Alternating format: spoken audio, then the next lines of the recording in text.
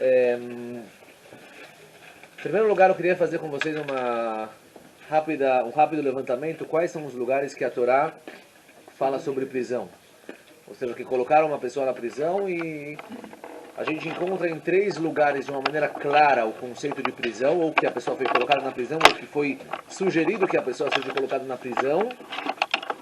Em um 4º lugar a gente encontra na Torá de uma maneira um pouco mais oculta, mas lá também aparece o conceito de prisão, como Hazal, os nossos sábios nos ensinam. Então a primeira fonte para o conceito de prisão, na verdade a pergunta é a seguinte, só antes de começar o shiur em si, a pergunta é a seguinte: a gente sabe que a Torá, quando uma pessoa faz uma coisa que não é certa, existe castigos. A gente conhece alguns castigos.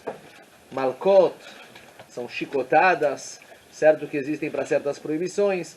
Existem mortes diferentes, como skilá, apedrejamento, henek, enforcamento, 4 mortes principais, né, arba mitod beidin. Existe um castigo chamado makat mardut, e outros castigos que existem, karet, mitabedei shamayim, não vamos ampliar o assunto. Mas assim, de uma maneira clara, a gente não encontra o conceito de prisão na Torá. A gente não encontra isso de uma maneira clara, quer dizer, não é tão falado esse castigo. Hoje em dia, talvez o castigo quando uma pessoa faz algo de errado no mundo. Então, normalmente o castigo que ele recebe normalmente é o castigo de prisão, né? Se é uma coisa bem errada, ele vai para a prisão. Quer dizer, se querem castigar uma pessoa, difícil matarem uma pessoa. Chicotadas eu não acho que hoje em dia vão dar. Então, o que você faz para castigar alguém quando ele cometeu um crime? Coloca ele na prisão. Então vamos ver qual que é a Ashkafá da Torá, qual que é a ideia da Torá sobre a prisão. Será que a prisão é uma proteção da civilização? Quer dizer, a gente quer proteger a lei, proteger as pessoas, ou castigar a pessoa que cometeu o crime? Será que, claro, existe esse conceito de prisão na Torá ou não? Então, 3 lugares vamos levantar que aparece o conceito de prisão na Torá de uma maneira clara. O primeiro lugar em Sefer Vaikra, Perek Avdaled. Lá está escrito: Vayetze ben isha israelit veu ben ish mitzri betor ben Israel vayinatzu b'machane ben israelit veisha israeli. Saiu 2 pessoas, um filho de uma mulher judia e um filho de um homem egípcio. Vaikov ben isha israelit et Hashem vayekalel. O filho da mulher israelita, da mulher judia, ele amaldiçoou a Deus, certo? Ele falou o nome de Deus amaldiçoando. Vayaviu oto el Moshe. Trouxeram ele para Moshe para ver o que a gente vai fazer com essa pessoa. Ele, em público, na frente de todas as outras pessoas, amaldiçoou a Kadosh Baruch Hu. Existe uma proibição gravíssima de lekalel et Hashem, de amaldiçoar Hashem. O nome da mãe desse sujeito era Shlomit Bat Divri, e ela era da tribo de Dan. Levaram ele até Moshe Rabbeinu, que era o grande juiz, o grande líder, para saber o que fazer com ele, qual castigo aplicar nele. Vayanichu bamishmar, e a Torá vem e conta pra gente um pasuk claro na Torá. Colocaram ele na prisão, Vayanichu bamishmar lifrosh lahem al pi Hashem, para que Moshe Rabbeinu receba a explicação de Deus, qual castigo aplicar nessa pessoa. Esse é a primeira fonte. A segunda fonte, eu vou pular o Rashi, depois vamos ler o Rashi, em Sefer Bamidbar, um Sefer para frente, Perek Tedvav, está escrito: Vayu bnei Israel bamidbar, vayimtzeu ish mekoshesh eitzim beyom ha-Shabbat. Encontraram uma pessoa transgredindo o Shabat. Ele estava ou colhendo madeira, ou juntando madeira, estava fazendo uma proibição ligada ao Shabat. Existem discussões qual foi a proibição que ele fez. Vayakrivu oto amotzim oto mekoshesh eitzim el Moshe vel Aaron vel kol ha'edah. Levaram ele até Moshe Rabbeinu. Olha, Moshe Rabbeinu, ele aqui transgrediu o Shabat na frente de todo mundo, aqui no deserto, todo mundo cumpria o Shabat. E Vayanichu oto bemishmar. De novo, colocaram ele na prisão, Kilon forash mayaselo, porque não sabiam qual era o castigo que ia ser aplicado nele. O Rashi traz que o Mekoshesh Eitzim, esse sujeito que fez essa proibição no Shabat na frente de todas as outras pessoas, de uma maneira, vamos falar assim, de uma maneira provocativa até inclusive, e o que amaldiçoou a Deus, eles viveram na mesma época, e na mesma época cometeram um pecado, e foram colocados na mesma época na prisão. Só que fala o Rashi que eles foram colocados em prisões diferentes, em celas diferentes. Por quê? Porque aquele que amaldiçoou a Deus, não sabiam qual que era o castigo que ia ser aplicado para ele, Bichlal. Não sabiam qual castigo ia aplicar para ele. Já o cara que transgrediu o Shabat, sabiam que ele merecia morrer, transgrediu o Shabat em público, na frente de todo mundo, de uma maneira provocativa, sabiam que ele ia morrer, só que não sabiam qual ia ser a morte que ia ser aplicada nele. Então, já que o castigo desse era sabido, só que não sabia qual que era a morte, e o castigo desse não era sabido bichlal, então colocaram ele em celas separadas. Muitos aprendem daqui que quando tem dois criminosos de diferentes crimes, ou um você sabe que ele é criminoso e o outro não sabe, estão investigando, você não pode colocar os dois na mesma prisão, na mesma cela. Mas de todo jeito, assim escreve Urashi sobre esses dois. Um terceiro local que encontramos o conceito de prisão é quando Moshe Rabbeinu decidiu passar da profecia dele para outras pessoas. Fizeram lá um sorteio para os 70 Kenim, 70 pessoas vão ser profetas, 70 Kenim, e a profecia de Moshe Rabbeinu passou para essas 70 pessoas. Só que vieram pessoas tirar os ptakim, tem uma história inteira, não vou entrar na história, tirar o pete com o nome dele para ver se ele é um dos 70 ou se ele não é um dos 70. Duas das pessoas que foram chamadas para ir lá fazer parte dos 70 Kenim e tirar o papelzinho deles para ver se o papelzinho deles ia sair ou não, eram Eldad e Meidad. Eldad e Meidad, eles não foram por humildade, não foram até lá. E o que aconteceu? Eles estavam no acampamento, não foram até Moshe Rabbeinu. Moshe Rabbeinu, quando os 70 Kenim estavam lá, a profecia dele passou para os 70. Ele profetizou e a profecia dele influenciou todos os 70 Kenim que estavam com ele. E eles começaram a profetizar que viajou abaixo de Moshe Rabbeinu. Só que Eldad e Meidad, que deveriam estar lá e não foram por humildade, estavam na Mahané, estavam no meio da Avenida Paulista, no meio da rua, na Rusa, no meio do supermercado, e começaram a profetizar. Eles deveriam estar lá, então a profecia chegou até eles também. Quando Yoshua vê uma coisa dessas, o Nar vê um jovem contar para Moshe e para Yoshua, olha, Eldad Meidad mitnabim b'mahané, eles estão tendo profecia no meio da rua, que coisa é essa? Vieram contar para Yoshua, e não só isso, para Moshe e para Yoshua, e não só isso, qual que era a profecia que eles estavam tendo? A profecia que eles estavam tendo é Moshe met ve Yoshua manchil et haaretz. Moshe Rabbeinu vai morrer e o próximo líder vai ser Yoshua. Yoshua, quando escuta uma coisa dessas, fala, Adonim Moshe Klaem, prenda eles, coloque eles na prisão. Terceiro lugar que a gente encontra na Torá o conceito de prisão, Yoshua fala, estou tendo uma profecia dessas, que eu vou ser o próximo líder e você, Moshe Rabbeinu, o líder atual, vai morrer. Estou tendo aqui uma revolução, caso de Shalom. Essa informação não pode passar para os outros. Coloque eles na prisão, Klaem. E Moshe Rabbeinu não coloca eles na prisão. Moshe Rabbeinu ele fala, alevai que todo mundo fosse profeta, que a profecia estivesse no meio da rua, e ele não coloca eles na prisão, mas essa foi a ideia de Yoshua. Então esse é o terceiro local que nós vemos que existia o conceito de prisão, o conceito de prender uma pessoa. Agora eu queria passar por um quarto lugar, e desse quarto lugar já não é mais uma fonte que a prisão existia na época, mas sim já a gente pode aprender daqui uma halakha importante. Tem um passuco na Torá muito interessante, tá? A Torá conta em Sefer Shmot, Parashat Mishpatim, está escrito assim, V'chi yerivun anashim, quando duas pessoas brigarem, V'ikay ish et re'eu be'even u'be'egrov, ve'lo yamut v'nafal mishkav. Duas pessoas brigaram e um bateu no outro com uma pedra ou com um soco, bateu no outro de uma maneira forte, só que o outro não morreu. Mas o que aconteceu com o outro? O outro ficou... bateu no cara tão forte que ele ficou de cama, foi para o hospital, certo? O que acontece nessa situação? Vem a Torá e fala, olha, se esse cara que caiu, foi para o hospital, está numa situação de vida e morte, se ele voltar à vida normal, voltar a andar de uma maneira normal, o cara que bateu nele vai estar livre. Só vai ter que pagar para ele o tempo que ele ficou no hospital sem trabalhar, pagar a cura, quanto custou a cura dele, mas o prejuízo em si ele não vai ter que pagar. Aí a pergunta é, qual que é o hidush desse passuco? Qual é a novidade desse passuco?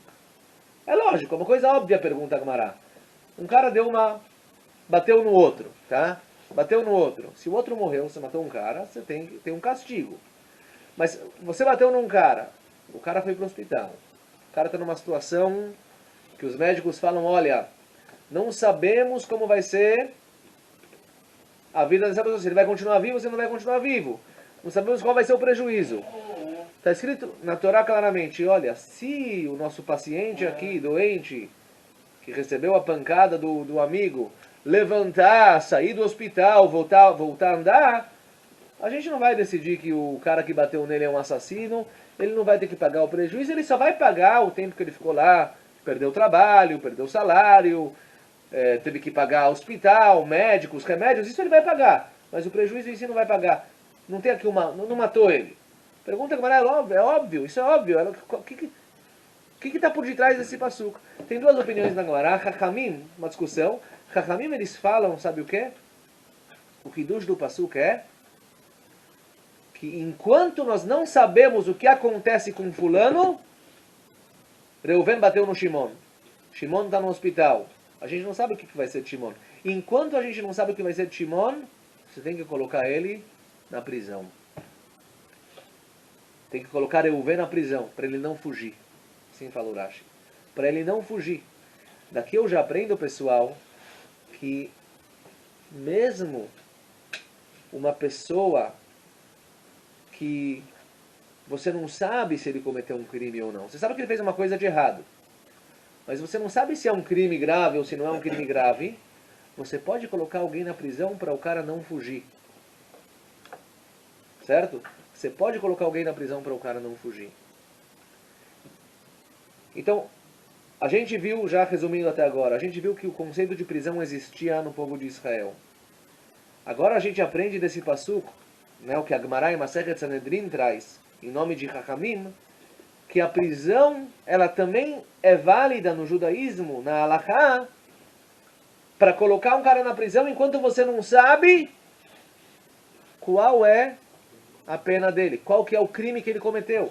Você sabe que ele fez uma coisa de errada, a gente tem testemunhas que ele bateu no outro, ele talvez até concorda com isso, só que você não sabe qual é a gravidade do crime. Se ele matou alguém, se ele tirou a perna de alguém, ou se ele simplesmente bateu num cara e o cara, Bezerat Hashem, vai voltar ao que era e vai ser tudo normal. Enquanto você não sabe, você pode colocar essa pessoa na prisão. Mas será que eu posso colocar uma pessoa na prisão quando eu não sei se ele cometeu o crime? Por exemplo, aconteceu um crime, a gente acha que foi Reuven, tem uma suspeita que foi Reuven que cometeu o crime. O caso que a gente falou, a gente sabe que Reuven bateu no cara, ele fez um crime, fez uma coisa de... Eu não sei se vai ser um crime grave, ou se vai ser um crime leve, ou se não vai ser um crime biclado. Aí eu posso colocar ele na prisão para ele não fugir. Mas quando existe uma suspeita sobre Reuven, e eu sei que tem duas testemunhas que estão vindo aqui testemunhar, daqui a uma semana ou 2 semanas, sobre o Reuven, que ele cometeu um crime. Só que eu ainda não sei. Pode ser que as testemunhas estão mentindo. Pode ser que a gente vai fazer como se fala? Avaliação. Não, como se fala? Interrogatório sobre as testemunhas e vai descobrir que eles não estão falando a verdade. Eu sei que existem testemunhas que Reuven cometeu o crime. Eu posso bater na casa do Dr. Reuven, prisão, para que ele não fuja? Porque eu não sei se ele cometeu o crime. Enquanto as testemunhas não vêm para cá me dizer, eu não sei. Então está escrito no Talmud Yerushalmi, em Masechet Sanedrin também, que sim. O próximo... Está escrito no Shabbat, Lo kini ploni harag et hanefesh, varei eidav sharag et hanefesh, yeh tafuz ad sheyavo eidav. Na primeira coluna, Talmud Yerushalmi lá embaixo, Lo kinei ploni harag et hanefesh.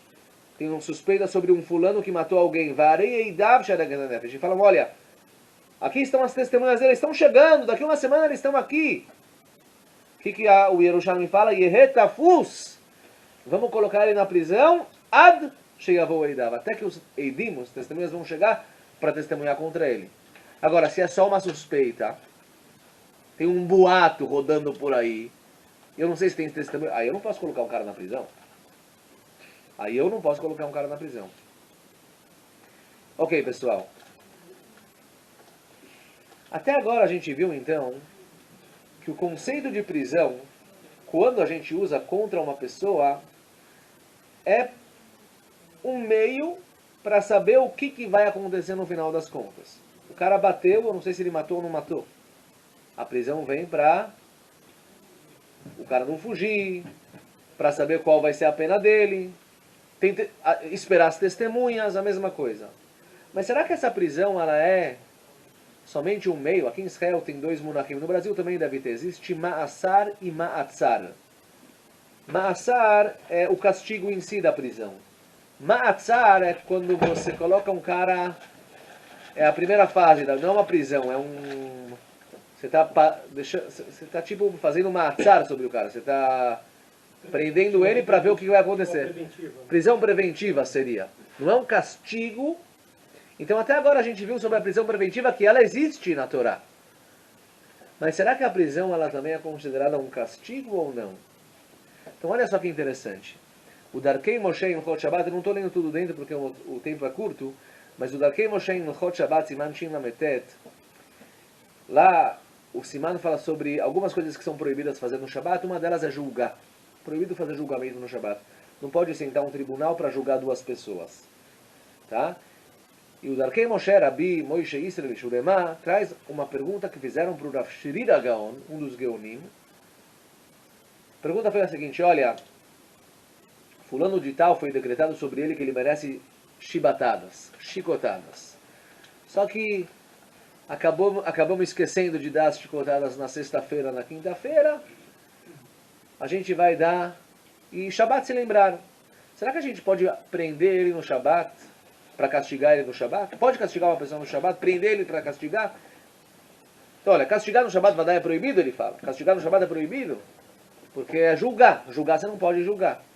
Mas prender alguém para castigar no domingo? Fala o Rav Shri Gaon, é proibido prender uma pessoa no Shabbat. Mesmo que talvez ele vai fugir. Fala, isso aqui não está sobre as nossas costas, não está sobre as nossas mãos. O que a gente pode fazer? É proibido julgar no Shabbat, então nós, Beidin, não temos o poder, não temos a permissão de prender alguém no Shabbat para castigar ele no domingo. Porque prender é julgar. E eu não posso julgar no Shabbat. Ah, mas talvez ele vai fugir. Se ele fugir, não é nossa culpa, o que a gente pode fazer? Assim fala o Rav Shri Gaon. Tá claro, pessoal? Muitos anos depois, teve um livro de Halachá muito importante chamado Shvut Yaakov, Rabbi Yaakov Reicher, um dos grandes poskim dos Ashkenazim. Ele era rabino em Praga, em outros lugares. Nasceu em Praga, mais ou menos 1700 e pouco. E ele recebeu a seguinte pergunta. A pergunta foi a seguinte. Tinha dois judeus andando no caminho. De repente veio um grupo de ladrões e atacou esses dois judeus. Reuven e Shimon, vamos chamar eles. O Reuven eles mataram. E jogaram o Reuven dentro do rio. Não tem como achar o corpo do Reuven. Shimon conseguiu sobreviver e chegou na cidade próxima, lá onde tinha uma aldeia judaica, rabinos e tudo mais. Chegou todo arrastado, em perigo de vida, a gente não sabe quanto tempo ele vai viver. E era Shabbat. Foram para o Shvut Yaakov perguntar, olha, Shimon morreu. O único que sabe que Shimon morreu é Reuven. Reuven, hoje é Shabbat. Eu não sei se ele vai sobreviver até o fim do Shabbat. Será que a gente pode levar o Beit Adin da cidade, os 3 rabinos da cidade, 3 rabinos, até ele, para receber dele uma testemunha que o Shimon morreu? Por quê? Porque se a gente não receber essa testemunha dele, a esposa do Shimon não vai poder se casar pro resto da vida dela. Isso aqui se chama na Halachá Aguná. Ela vai ficar Aguná pro resto da vida dela. Porque ninguém sabe se Shimon morreu. Reuven sabe o que aconteceu com Shimon. Reuven está aqui em perigo de vida. Eu não sei se ele vai sobreviver até o fim do Shabbat. A gente precisa julgar no Shabbat. Para poder anunciar, na verdade, relatar que a esposa do Shimon está viúva. A pior situação que a Halachá considera é uma mulher que é aguná, que ela não pode se casar com ninguém, não pode continuar a vida dela. Rabinos fazem o possível e o impossível para permitir mulheres que são agunot. Essa foi a pergunta que veio até ele. Então ele fala que pode. Ele traz vários nimukim, ele fala que pode, que é uma situação única. E depois ele fala mais ainda. Ele fala, olha, na verdade me chegou uma outra pergunta também, sobre um marido que a gente sabia que ele queria vazar, fugir, antes de dar o divórcio para a esposa dele. Se ele vai vazar sem dar o divórcio, a esposa vai ficar também aguná, vai ficar presa com ele o resto da vida. Antigamente, onde você vai achar o cara? Ninguém usava Facebook, nem WhatsApp, nem nada. Então, será que a gente pode, no Shabat, segurar o cara aqui, prender o cara para ele não fugir, para que Motzei Shabat ele assine o get e livre a esposa dele? Ou não? Fala o Shmut Yaakov, também pode. E ele fala o seguinte, ele fala, olha, a verdade é que isso que escreveu o Rav Shira, ele fala, eu não vou discutir com o Rav Shira Gaon. O Rav Shira Gaon era 1000 anos antes dele. Ele falou, eu não vou discutir com o Rav Shira Gaon, não vou discutir com o Remá, que falam que não pode prender uma pessoa no Shabat. Mas ele fala, olha, entre nós, baixinho ele fala, eu não consigo entender porque não pode prender uma pessoa no Shabat. Não posso julgar no Shabat, fala o Shmut Yaakov. Mas prender uma pessoa no Shabat, qual é o problema? Não estou julgando, estou prendendo o cara. É proibido caçar no Shabat, mas caçar um homem, não existe caçar um ser humano. Caçar um animal é proibido. Para comer a carne dele, para usar o couro dele. E é proibido caçar qualquer animal, mesmo esses que não se costuma caçar, midirabanan. Mas não existe caçar um ser humano. Se bem que os posquim falam sobre caçar seres humanos. Mas a priori não existe caçar um ser humano. O homem ele é livre. A mente dele sempre vai ser livre. Fala o Shmut Yaakov, eu não entendo porque não pode prender no Shabat. Qual o problema de prender alguém no Shabat? Ele fala, não vou discutir na Halakha, mas eu não entendo qual o problema. Então em situações de último, sabe, em situações assim, o cara vai morrer, a esposa vai ficar com por causa da vida, vamos prender. Qual que é a discussão? Fala do Rav Kaminer, ele escreveu um mamar sobre prisão. Ele fala, olha, a discussão é como entender o conceito de prisão. O Rav Shira Gaon e o Remá entenderam que prisão é um castigo. Prisão não é só a prisão preventiva, como a gente viu até agora. Prisão ela também é um castigo. Quando você coloca um cara na prisão, você está castigando ele. Automaticamente, castigar no Shabat é proibido, por causa que eu não posso julgar no Shabat. Já o Shvut Yaakov entendeu que a prisão não é um castigo. A prisão, ela é uma prisão preventiva. Ela vem proteger a sociedade de fulano para saber qual que é o castigo que ele precisa. Eu quero saber o que fazer com o cara. Isso que é a prisão, não é? Eu não estou aplicando aqui o julgamento nele. Não estou julgando. Eu estou aqui criando um meio para saber o que fazer depois, para poder depois julgar. Essa é a discussão que existe entre esses dois posquim. Se entender o conceito de prisão como um conceito de castigo ou como um conceito de prisão preventiva somente. Então tem aqui uma discussão na Halakha, se a prisão da Torá é uma prisão preventiva ou se ela é uma prisão também de castigo. E o último assunto que eu quero comentar com vocês sobre prisão, será que a Torá permite usar a prisão como um meio de pressão? Fulano está devendo dinheiro. Não paga, não paga, não paga. A gente quer que ele pague. Vamos pôr ele na prisão para ele pagar. Hã? Ishaguná, sim. Na prática permitem. Mas será que um cara está devendo dinheiro? Posso colocar o cara na prisão ou não? O que vai adiantar eu colocar ele na prisão? Vai adiantar que eu vou forçar a barra do cara e o cara vai acabar se arrumando como pagar a dívida. Então tem aqui uma grande discussão nos posquim. A Gemara Masechet Pesachim da Psadik Aleph Amud Aleph, ela traz um conceito chamado Beit HaAsurim Shel Israel. Tá, não importa, lá é uma sugya totalmente diferente, fala sobre Shkita, sobre Korban, mas lá aparece a palavra Beit HaAsurim Shel Israel, prisão dos judeus. Fala Urashi, o que é a prisão dos judeus? Fala Urashi, colocavam na prisão pessoas que, quando estavam devendo dinheiro, queriam pressionar o cara para ele pagar, colocavam ele na prisão. Ou quando o cara estava casado com uma mulher que não podia estar casado com ela, para ele se separar dela, colocavam ele na prisão. Um cara que maltratava a mulher, queriam que ele se separasse da mulher, colocavam ele na prisão. Assim fala Urashi, ou seja, A prisão, de acordo com o Rashi, ela serve como um meio de pressão para que o cara faça aquilo que a gente quer que ele faça. O que é certo, né? O que o Beit Adin acha que é certo fazer. Você precisa pagar a sua dívida. Você pegou emprestado aí $100 mil. Você não está pagando, vamos forçar a barra. Você vai para a prisão, se arruma para pagar. Assim fala o Rashi. Muitos discutiram com o Rashi. O Rashba, Rabi Shimon Ben Aderet, um dos grandes Rishonim, discute com o Rashi. E ele fala, olha, mesmo se a pessoa assinou um contrato, estou pegando dinheiro emprestado de você e o meu corpo vai estar subjugado a você. Se eu não te pagar, você pode pegar o meu corpo. Eu acho que o Rashba, se não me engano, o Rashba é uma chuvá curta, mas eu acho que o Rashba ele fala, vamos falar que tem, eu acho que é mesmo assim, tem uma chuvá muito curta do Rashba, está escrito aqui, Misha Shived Atzmon Nekazav, um cara, ele falou, eu sou Meshuabad, eu sou subjugado, não sei como traduzir a palavra Meshuabad, eu estou... Todos os meus bens estão Meshuabadim, estão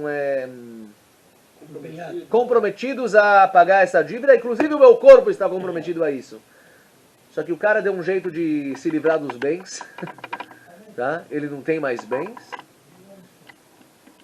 Na hora que ele pegou emprestado ele tinha, mas ele deu um jeito de se livrar, muito difícil, mas ele deu um jeito de se livrar, porque os bens já estavam comprometidos para fulano, mas ele se livrou, sobrou só o corpo dele. A gente quer pegar o corpo dele, colocar o cara na prisão. Ou talvez eu quero pegar o corpo desse cara e fazer ele trabalhar na minha casa. Você está me devendo aí uma dívida? Vai trabalhar. Trabalha na minha casa. Posso prender esse cara para ele trabalhar para mim? Para pagar a dívida dele ou não? Rashi fala, olha, você pode prender uma pessoa para forçar o cara a pagar. O Rashba fala de jeito nenhum. Fala, o Rashba não pode. O Rashba fala, não pode. O corpo do cara não é seu. Mesmo se o cara assinou. O corpo da pessoa não é dele. A gente já falou sobre isso. Demos um shiur, se a pessoa pode vender os órgãos dele. O Rashba fala, você pode pegar o corpo de um cara e colocar o cara na prisão, fazer o cara lavar os teus pratos, lavar o teu chão. Você não pode fazer uma coisa dessa. Mesmo se o cara está te devendo dinheiro. Rashi fala que eu posso colocar o cara na prisão para fazer um lachatz, fazer uma pressão para o cara pagar. O Rashba fala não. O Rambam concorda com o Rashba. E assim parece que você com o Shulchan Aruch. Vem o Remá e faz um acordo. Fala, o Remá depende. Se o cara é um cara coitado, o cara pegou um dinheiro emprestado. Pegou o dinheiro emprestado, começou o negócio, foi investir, o cara se deu mal. E vai que o cara não tem nada. Não tem nada. Não tem apartamento, não tem carro, não tem nada. Esse cara, você não vai colocar ele na prisão para fazer pressão sobre ele para ele pagar. Se realmente o Beit Adin chega na conclusão que ele não tem nada e não tem como tirar, não tem...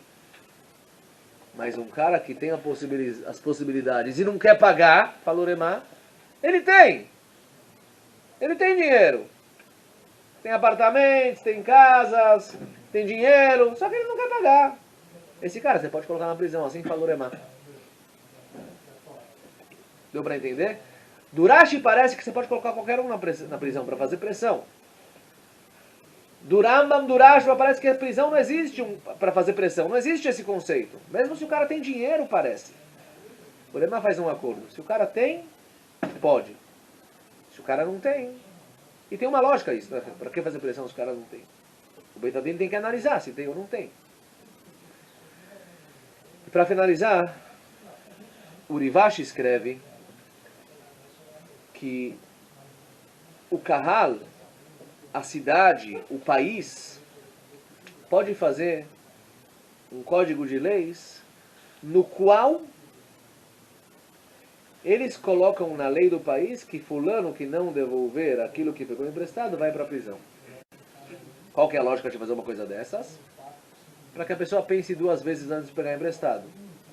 Muitas vezes a pessoa pega emprestado, todo mundo que pega emprestado acha que vai poder pagar. Porque no máximo não pagou. Mas se o cara sabe que, olha, se eu não pagar, vai ter complicações, então escreve o Rivash que mesmo de acordo com a opinião que fala que não existe prisão, que nós não temos o direito de colocar um cara na prisão para forçar a barra do cara para ele pagar, se a comunidade local, a cidade, com o seu rabinato, com o seu Beit Adin, o país decide colocar isso no Código de Leis para proteger as pessoas. A gente quer proteger as pessoas de quem? Daqueles que querem pegar emprestado e não devolver, certo? A gente quer proteger as pessoas dessas pessoas, então a gente pode colocar no nosso Código de Leis. E talvez, realmente, talvez vai ter um Reuven da vida que vai ser um coitado. Vai ter um Reuven que ele vai pegar emprestado, ele é um cara bondoso, ele é um cara bom, ele vai pegar emprestado, vai usar o dinheiro da melhor maneira possível, só que ele se deu mal e não vai ter como pagar, e não tem como pagar, e ele vai ter que passar uma época na cadeia.